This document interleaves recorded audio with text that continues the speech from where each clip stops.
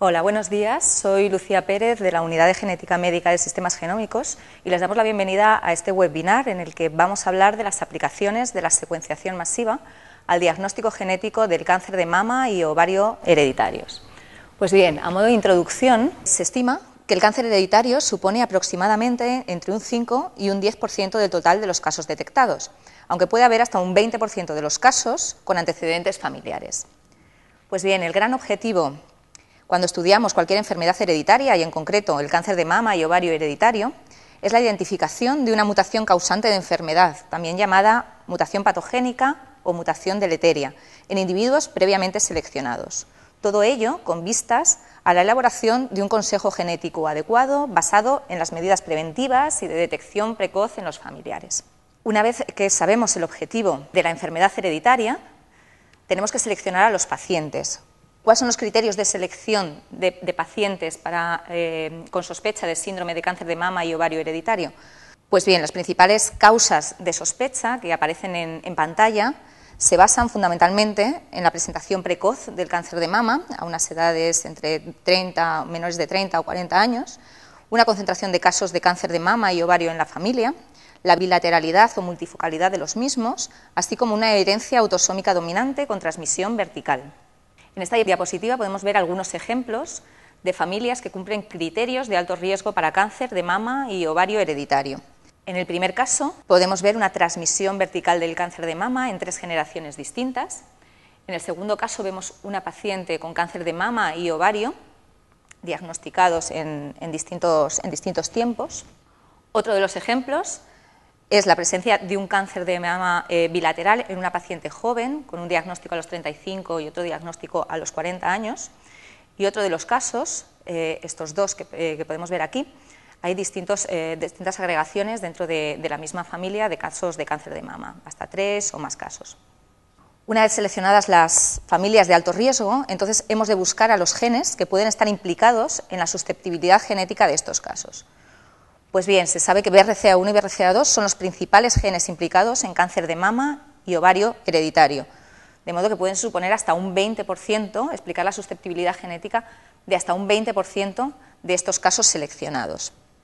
El estudio molecular de los genes BRCA1 y BRCA2 es complejo, debido a que son genes muy grandes, presentan una alta densidad de mutaciones, es decir, las mutaciones están distribuidas a lo largo de toda la secuencia genómica, no hay puntos calientes mutacionales.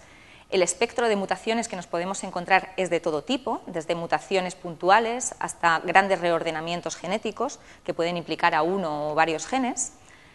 Y además, las crecientes expectativas de las aplicaciones de los inhibidores del PARP como agentes terapéuticos en tumores que presentan mutaciones en estos genes puede aumentar incluso más ya la alta demanda de trabajo que hay en los laboratorios para el estudio de estos genes.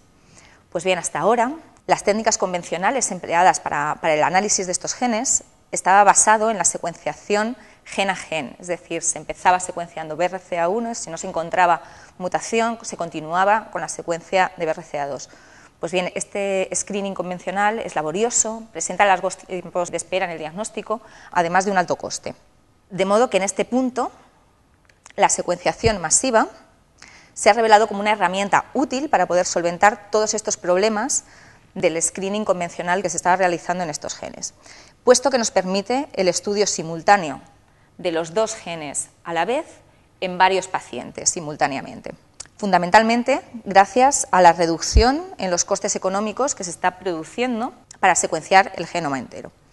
Así, teniendo en cuenta todos estos aspectos, nuestro objetivo es desarrollar una estrategia de estudio genético por secuenciación masiva que implique a estos genes, que permita reducir el tiempo necesario para el diagnóstico del cáncer de mama y ovario hereditario con una alta eficacia.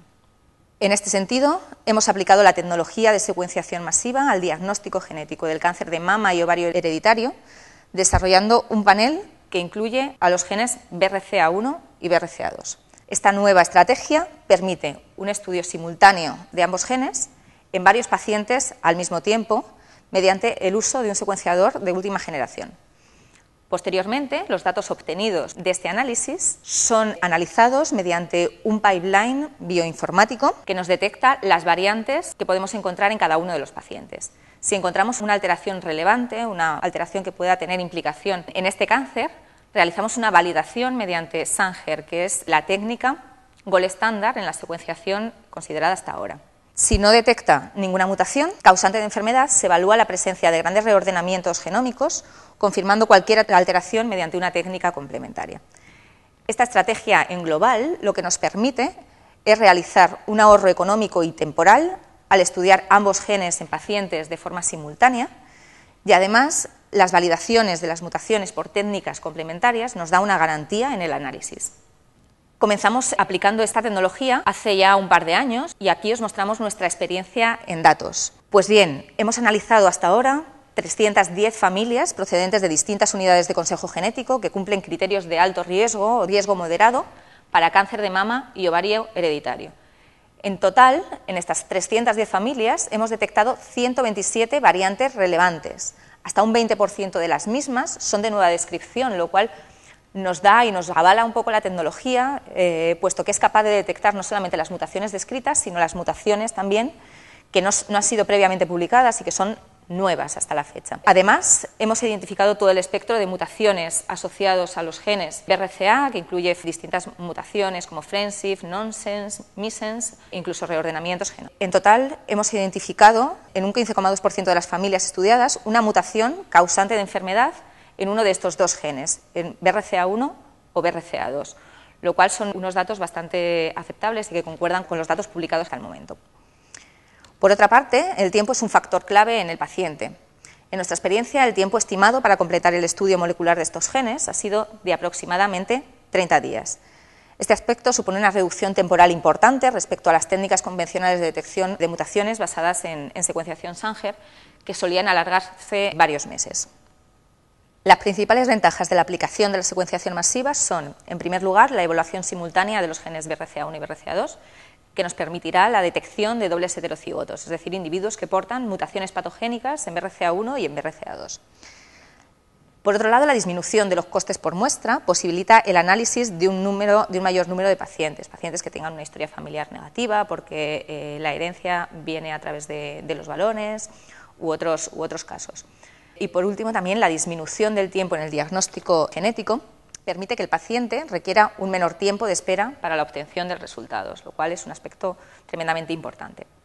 Una vez visto que el análisis que realizamos para los genes BRCA1 y BRCA2, y como hemos visto que no todas las familias que cumplen criterios de alto riesgo para cáncer de mama y ovario hereditario presentan una mutación en los genes BRCA1 y BRCA2, sino que hay un montón de familias, un alto porcentaje de estas familias, donde no se ha encontrado la causa de su susceptibilidad genética debida a estos dos genes.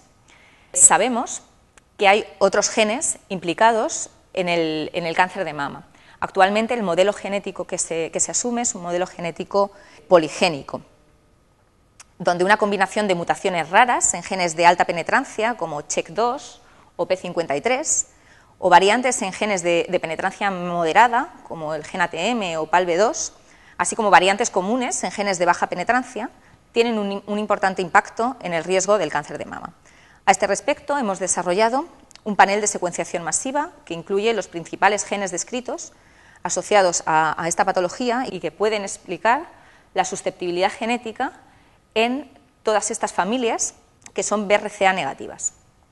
Y como conclusión, simplemente me gustaría mostrar este esquema en el que se refleja que las nuevas tecnologías, junto con el nuevo conocimiento, permiten realizar, por un lado, el diagnóstico de afectos para realizar un asesoramiento genético adecuado. Además, permitirá evaluar la variabilidad genotípica para poder aplicar un tratamiento adecuado. Todo ello contribuirá a la prevención del cáncer y con el fin de poder aplicar, en último término, una medicina personalizada a todos ellos. Y sin más, simplemente darles las gracias por su atención y estoy a su disposición para cualquier pregunta que les haya surgido o que quieran realizarme.